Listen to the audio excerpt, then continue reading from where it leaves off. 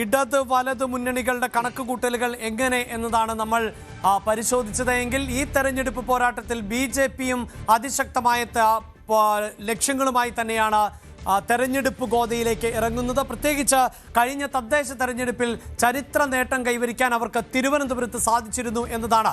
കേരളമെന്ന സംസ്ഥാനം രൂപീകൃതമായതിനു ശേഷം ആദ്യമായി ഒരു കോർപ്പറേഷനിൽ വിജയക്കൊടി പാറിക്കാൻ അവർക്ക് സാധിച്ചു. അതും തിരുവനന്തപുരം കോർപ്പറേഷനിൽ. കേരളമെന്ന സംസ്ഥാനം രൂപീകൃതമാകുന്നതിന് മുമ്പുള്ളൊരു കോർപ്പറേഷനാണ് തിരുവനന്തപുരം എന്നതാണ് എടുത്തു പറയേണ്ടത്. ഒരു നൂറ്റാണ്ടോളം പഴക്കമുള്ള തിരുവനന്തപുരം കോർപ്പറേഷനിൽ ഇത്തവണ വിജയക്കൊടി പാറിച്ചു എന്നതാണ് ബി.ജെ.പിയെ സംബന്ധിച്ചിടത്തോളം അവർക്ക് വലിയ ആത്മവിശ്വാസം നൽകുന്നത്. അതിൽ തന്നെ നേമം, വട്ടിയൂർക്കാവ് 2 നിയമസഭാ മണ്ഡലങ്ങൾക്ക് കീഴിലുള്ള വോട്ട് വിഹിതം പരിശോധിച്ചാൽ അവിടെ ബി.ജെ.പി ഒന്നാം സ്ഥാനത്തേക്ക് എത്തുന്നു എന്ന രാഷ്ട്രീയ സാഹചര്യം കൂടി ആണ് ഉള്ളത്. നേരത്തെ മലബാറിന്റെ ചിത്രം വിശദീകരിച്ചപ്പോൾ നമ്മൾ മഞ്ചേശ്വരത്തെക്കുറിച്ച് പറഞ്ഞതാണ്.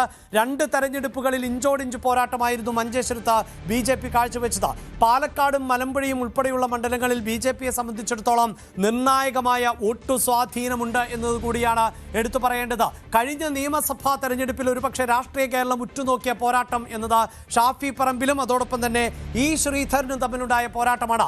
അവസാന ഘട്ടത്തിൽ ആയിരുന്നു ഇ ശ്രീധരനെ മറികടന്നുകൊണ്ട് ഷാഫി വലിയ മുന്നേറ്റം നടത്തിയത്. ഒരുപക്ഷെ അവിടെ അക്കൗണ്ട് തുറക്കുമോ ഇ ശ്രീധരൻ എന്നുപോലും സംശയിച്ചു പോയ ഒരു നിയമസഭാ തെരഞ്ഞെടുപ്പായിരുന്നു അത് എന്നത് പ്രേക്ഷകർ ഓർക്കുന്നുണ്ടാകും. ഇതാ ഈ പോരാട്ടത്തിന് തയ്യാറെടുക്കുമ്പോൾ ബി.ജെ.പിയെ സംബന്ധിച്ചിടത്തോളം രഞ്ജിത്ത് നേരത്തെ തന്നെ അവർ 9 മണ്ഡലങ്ങൾ ഏതാണ്ട് എ ക്ലാസ് മണ്ഡലങ്ങൾ എന്ന് വിശേഷിപ്പിക്കാം.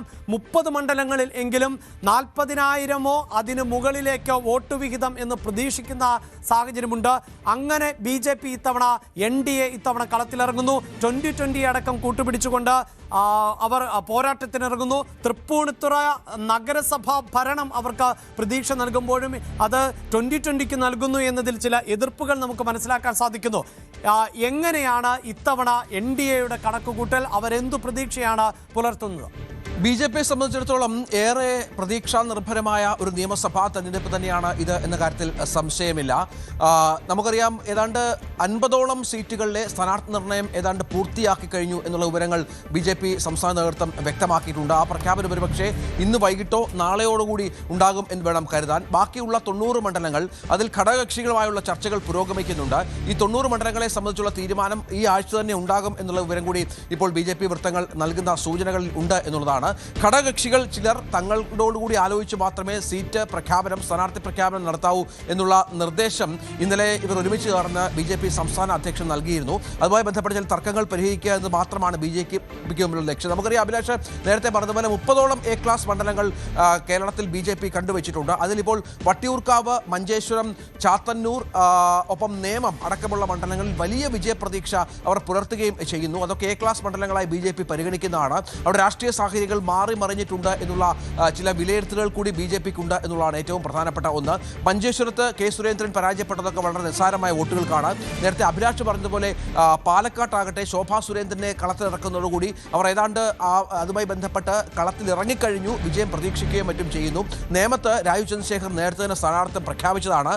ഒപ്പം കഴക്കൂട്ടം മണ്ഡലത്തിൽ വി മുരളീധരൻ മുൻ കേന്ദ്രമന്ത്രി ഇറക്കുന്നതോടുകൂടി അവിടെയും വലിയ മുന്നേറ്റം ഉണ്ടാക്കാനാകുമെന്നുള്ള പ്രതീക്ഷയിലാണ്. അങ്ങനെ കുറഞ്ഞപക്ഷം ബി.ജെ.പിക്ക് കേരളത്തിൽ ഒരു 10ഓളം സീറ്റുകളിലെങ്കിലും പ്രതീക്ഷയുണ്ട്. പക്ഷേ അതിലൊരു 3-4 സീറ്റുകളിലേക്ക് ബി.ജെ.പി എത്തിയാൽ അത്ഭുതപ്പെടേണ്ട എന്നാണ് ബി.ജെ.പിയുടെ പ്രധാനപ്പെട്ട നേതാക്കൾ നമ്മളോട് പറയുന്ന ഒരു പശ്ചാത്തലം. കാരണം നമുക്കറിയാം വളരെ വളരെ ടൈറ്റായിട്ടുള്ള ഒരു മത്സരമാണ് ഇത്തവണ നിയമസഭാ തെരഞ്ഞെടുപ്പിൽ. LDFും UDFും തമ്മിൽ വളരെ ടൈറ്റായിട്ടുള്ള മത്സരമാണ്. അഭിപ്രായ സർവേകളൊക്കെ നേരിയ മുൻതൂക്കം മാത്രമാണ് ഏതെങ്കിലും മുന്നണിക്ക് നൽകുന്നത് എന്നൊരു പശ്ചാത്തലം കൂടിയുണ്ട്.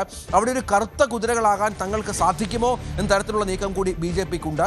ഇത്തവണ കൂടുതൽ ഘടകകക്ഷികൾ NDA മുന്നണിയിലേക്ക് 2020 പോലെയുള്ള ഘടകകക്ഷികൾ NDA മുന്നിലേക്ക് വന്ന ഒരു സാഹചര്യം കൂടി പ്രധാനമാണ്. ക്രിസ്ത്യൻ മേഖലകളിൽ ആധിപത്യം പുലർത്താനും മറ്റും ഇത്തരം വരവുകൾ സഹായിക്കും എന്നുള്ള ചില പ്രതീക്ഷ ബി.ജെ.പിക്കുണ്ട് എന്ന കാര്യത്തിൽ സംശയമില്ല. ബി.ജെ.പി ദേശീയ നേതൃത്വം പ്രത്യേകിച്ച് അമിത്ഷായും നരേന്ദ്രമോദിയും നേരിട്ടാകും ഇത്തവണയും തെരഞ്ഞെടുപ്പ് പ്രചാരണം നയിക്കുക എന്ന കാര്യം വ്യക്തമായിട്ടുണ്ട്. അമിത്ഷായും മോദിയും വിവിധ തെരഞ്ഞെടുപ്പ് റാലികളിൽ കേരളത്തിലുടനീളം പങ്കെടുക്കുമെന്നുള്ള സൂചനകൾ കൂടി വരുന്നുണ്ട്. വരും ദിവസങ്ങളിൽ ഇതുമായി ബന്ധപ്പെട്ട ഷെഡ്യൂൾ പ്രഖ്യാപിക്കുകയും ചെയ്യും. അങ്ങനെ വലിയ തോതിൽ പ്രതീക്ഷയോടുകൂടി തന്നെയാണ് ബി.ജെ.പി BJP കളത്തിലിറങ്ങുന്നത് എന്ന കാര്യത്തിൽ സംശയമില്ല. ഭരണത്തിലേറുക എന്നതിനപ്പുറം സീറ്റ് ഈ കേരളത്തിൽ നമുക്കറിയാം നേമത്താണ് BJPക്ക് ഒരു സീറ്റ് ഉണ്ടായിരുന്നത്. ആ അക്കൗണ്ട് ശിവൻകുട്ടി പൂട്ടിച്ചു. ആ അക്കൗണ്ട് തുറക്കുക, മറ്റ് മണ്ഡലങ്ങളിൽ വിജയപ്രതീക്ഷയുള്ള മണ്ഡലങ്ങളിൽ വലിയ മുന്നേറ്റം കാഴ്ചവെക്കുക എന്നീ ലക്ഷ്യങ്ങളാണ്. BJPയെ അകറ്റി നിർത്തിയിരുന്ന പല വിഭാഗങ്ങളും തങ്ങൾക്കൊപ്പമുണ്ട് ഇത്തവണ എന്നുള്ള പ്രതീക്ഷയുണ്ട്. BJPക്ക് വികസനത്തിനായി വോട്ട് ചെയ്യാം എന്നുള്ള പ്രതീക്ഷ പല BJP നേതാക്കളും അത്തരത്തിൽ മുന്നോട്ട് വെക്കുന്നുണ്ട്. അങ്ങനെ അപ്രതീക്ഷിതമായ മണ്ഡലങ്ങളിൽ പോലും മുന്നേറ്റം കാഴ്ചവെച്ചാൽ അത്ഭുതപ്പെടേണ്ട എന്നുള്ളതാണ് BJP നേതാക്കൾ നമ്മളോട് സംസാരിക്കുമ്പോൾ പറയുന്നത്. യെസ്, തെരഞ്ഞെടുപ്പ് തീയതി പ്രഖ്യാപിക്കാനിരിക്കെ നിർണായകമായ സീറ്റ് ചർച്ചകൾ പുരോഗമിച്ചുകൊണ്ടിരിക്കുന്നു. ഒരു പക്ഷേ ഇന്ന് വൈകിട്ട് 4 മണിക്ക് തെരഞ്ഞെടുപ്പ് തീയതി പ്രഖ്യാപിച്ചു കഴിഞ്ഞാൽ ഉടൻ തന്നെ ആദ്യഘട്ട സ്ഥാനാർത്ഥി പട്ടിക പ്രഖ്യാപിക്കുക ഇന്ന് വൈകിട്ട് തന്നെയോ അല്ലെങ്കിൽ നാളെയോ എന്ന നിലയിലേക്കാണ് മുഖ്യധാര രാഷ്ട്രീയ പാർട്ടികൾ എല്ലാവരും മുന്നോട്ട് പോകുന്നത്. തുടർച്ചയായി 10 വർഷം ഇടതുപക്ഷം അധികാരത്തിലിരുന്ന ഒരു സാഹചര്യത്തിൽ ഇടതുമുന്നണി ഭരണ തുടർച്ച വീണ്ടും ലക്ഷ്യം വെക്കുമ്പോൾ തിരിച്ചുവരവിനുള്ള ശ്രമം ആണ് UDFന്റെ ഭാഗത്ത് നിന്നുണ്ടാകുന്നത്. കേരളത്തിൽ കരുത്ത് കാണിക്കുക എന്നതാണ് NDAയുടെ ലക്ഷ്യം. ഒപ്പം ചെറു പാർട്ടികൾ ഏതു നിലയിലായിരിക്കും ഇത്തവണ പ്രകടനം കാഴ്ചവെക്കുക? AAP അടക്കം സ്ഥാനാർത്ഥികളെ പ്രഖ്യാപിച്ചു കഴിഞ്ഞു എന്നതുകൂടിയാണ് ഈ ഘട്ടത്തിൽ ചേർത്ത് വെക്കേണ്ടത്. വലിയ വോട്ട് വിഹിതം ഒന്നുമില്ല എങ്കിൽ പോലും മലയാളികൾ മാറി ചിന്തിക്കുന്നുണ്ടോ എന്നത് അടക്കം, പ്രത്യേകിച്ച് നിരവധിയായ വോട്ടർമാർ പുതുതായി ഈ വോട്ടേഴ്സ് ലിസ്റ്റിലേക്ക് എത്തുമ്പോൾ അവരുടെ രാഷ്ട്രീയം എന്ത്, പുതിയ തലമുറ എങ്ങനെയാണ് രാഷ്ട്രീയത്തെ നോക്കിക്കാണുന്നത് എന്നതുകൂടി നമുക്ക് മനസ്സിലാക്കേണ്ടതുണ്ട്. ഒരു പക്ഷേ അത്തരം വൈബ്, പുതിയ തലമുറയുടെ ഭാഷയിൽ പറഞ്ഞാൽ ഒരു തെരഞ്ഞെടുപ്പ് വൈബിനെ അവർ എങ്ങനെയാണ് ഉൾക്കൊള്ളുക എന്നതുകൂടിയായിരിക്കും ഈ തെരഞ്ഞെടുപ്പ് ചിത്രത്തിലൂടെ വ്യക്തമാവുക. കൂടുതൽ വാർത്തകൾക്ക് News 18 Keralam YouTube channel subscribe ചെയ്യുക.